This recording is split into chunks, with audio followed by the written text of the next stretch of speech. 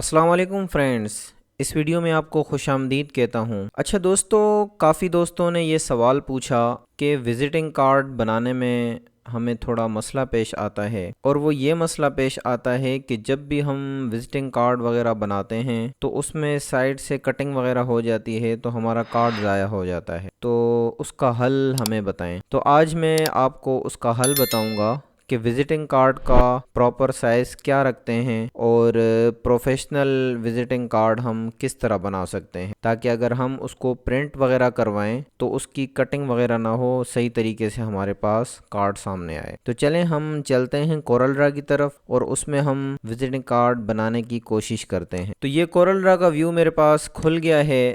اب یہاں سے میں شیپ میں نے لیا اور اس کا ایک میں نے شیپ بنایا۔ اس کا سائز ہم نے رکھنا ہے 3.5 اور جو اس کی ہائٹ ہے وہ ہم نے رکھنی ہے 2.0۔ یہ ہمارے پاس وزٹنگ کارڈ کا سائز آ گیا ہے۔ اب ہم نے کیا کرنا ہے، اس کو کاپی پیسٹ کرنا ہے۔ کاپی پیسٹ کر لیا ہم نے۔ پھر اب جو ہم نے سائز رکھنا ہے وہ رکھنا ہے 3.3 اور 1.8۔ انٹر کریں گے، یہ ہمارے پاس دو سائز آ گئے، یعنی اس کو 2 انچ ہم نے اندر رکھنا ہے اس کے۔ اب ہم نے جو اپنا وزٹنگ کارڈ ڈیزائن کرنا ہے وہ اس کے اندر کرنا ہے۔ اب میں آپ کو طریقہ بتاتا ہوں کہ آپ اس کے اندر کس طرح کریں گے۔ ہم نے بیک گراؤنڈ تو پورا ہی سلیکٹ کرنا ہے، مثلا میں کوئی بھی بیک گراؤنڈ لے لیتا ہوں، بلیک بیک گراؤنڈ لے لیتا ہوں۔ لائن ہم نے صرف اپنے اندازے کے لیے ڈالی ہوئی ہے، باقی جب آپ پرنٹنگ کے لیے بھیجیں گے کارڈ کو تو پھر یہ آپ نے لائن ختم کر دینی۔ اب مثلا میں کوئی ڈیزائن بناتا ہوں وزٹنگ کارڈ کا، یہاں میں ایک ڈیزائن بنا رہا ہوں، تو اس میں یہ کہ چلیں آپ ڈیزائن وغیرہ بنانا بھی سیکھ لیں گے اور آپ کو وزٹنگ کارڈ کے سائز کا بھی پتہ چل جائے گا۔ اب جس طرح میں نے یہ ڈبہ بنایا ہے، اس کے اندر ہم لوگو وغیرہ رکھ لیں گے۔ اگر کمپنی کا کوئی لوگو وغیرہ ہے، مثلا کوئی بھی لوگو اٹھا لیں، مثلا میں نے یہ والا لوگو اٹھایا ادھر رکھ۔ اب یہ جسٹ میں آپ کو صرف سائز بتا رہا تھا اور آپ کو میں ایک وزٹنگ کارڈ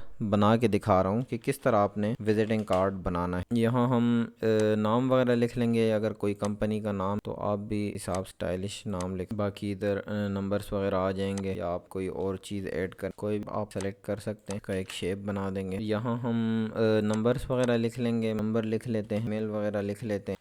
باقی یوٹیوب چینل وغیرہ اگر آپ نے لکھنا ہے وہ بھی لکھ سکتے ہیں آپ کا۔ باقی ادھر آپ آئیکنس وغیرہ بھی ڈال سکتے ہیں، چونکہ میں آپ کو صرف طریقہ بتا رہا ہوں تو اس وجہ آئیکن وغیرہ نہیں ڈال رہا، وہ آپ کو آئیکن وغیرہ ڈال آ گئی ہیں۔ ادھر ایڈریس رہ گیا ہے، چلیں جی یہ ایڈریس بھی آ گیا ہے، جی میل ادھر لکھ لیں گے۔ یہ تمام چیزیں آ گئی ہیں ہمارے پاس۔ اٹالک میں کرنا چاہیں اٹالک میں بھی آپ کر سکتے ہیں۔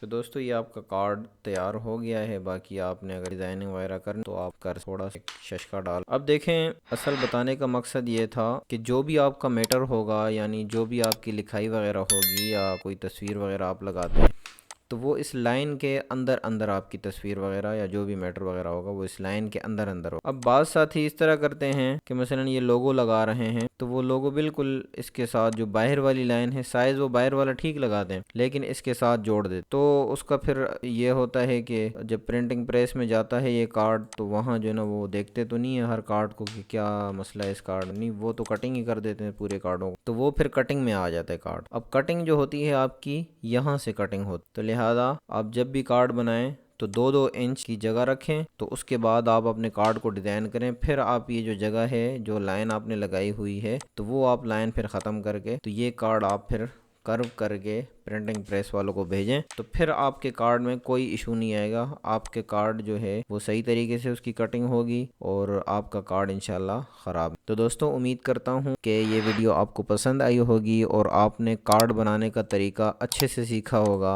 تو اگلی ویڈیو تک میں اجازت چاہتا ہوں، اللہ حافظ۔